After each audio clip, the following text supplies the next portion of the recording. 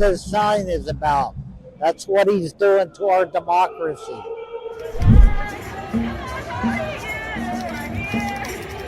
This oligarch from South Africa stripping all of our society's elements that are for the people and trying to aggrandize it for a minority.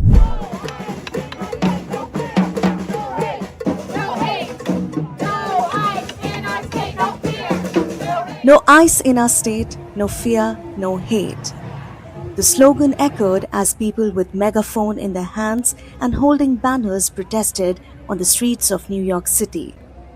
Thousands of demonstrators took to the streets across the United States to protest against President Donald Trump's administration.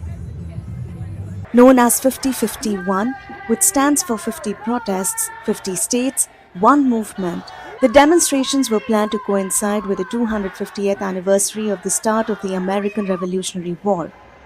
The protesters later marched down Manhattan streets holding signs and waving U.S. flags.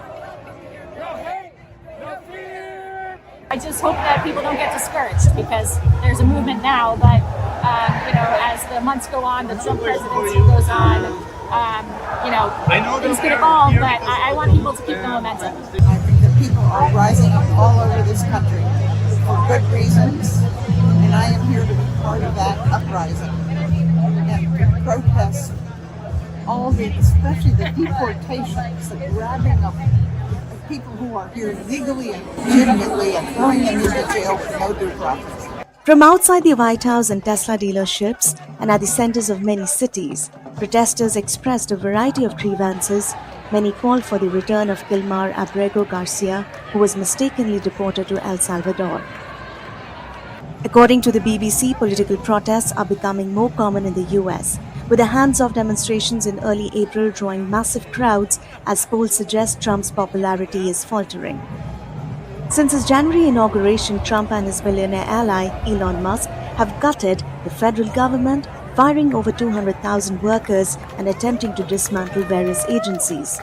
The administration has also detained scores of foreign students and threatened to stop federal funding to universities like Harvard over diversity, equity, and inclusion programs, climate initiatives, and pro-Palestinian protests. Rights groups have condemned the policies.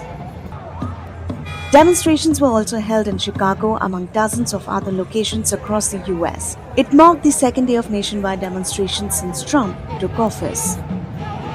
We've got this oligarch from South Africa stripping all of our society's elements that are for the people and trying to aggrandize it for a minority of powerful and rich in a rigged system that benefits them and not us. It's obvious in the White House that's doing Putin's plan for America, and we the people will not stand for it.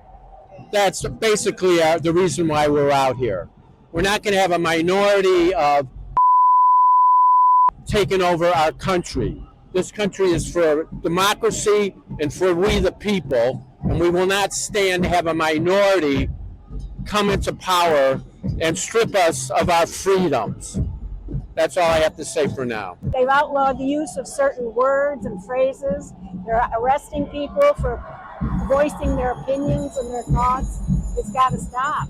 That's our country's premise, freedom of speech. I'm here protesting Donald Trump and his corrupt government, which is taking away all our democracy, and that's what this sign is about. That's what he's doing to our democracy. The only thing that I can say is I've felt so powerless, so helpless for some time now, and this really kind of makes me feel good, and there's like an electricity in the air that I've personally not experienced before. So it's exciting, and it makes me feel empowered.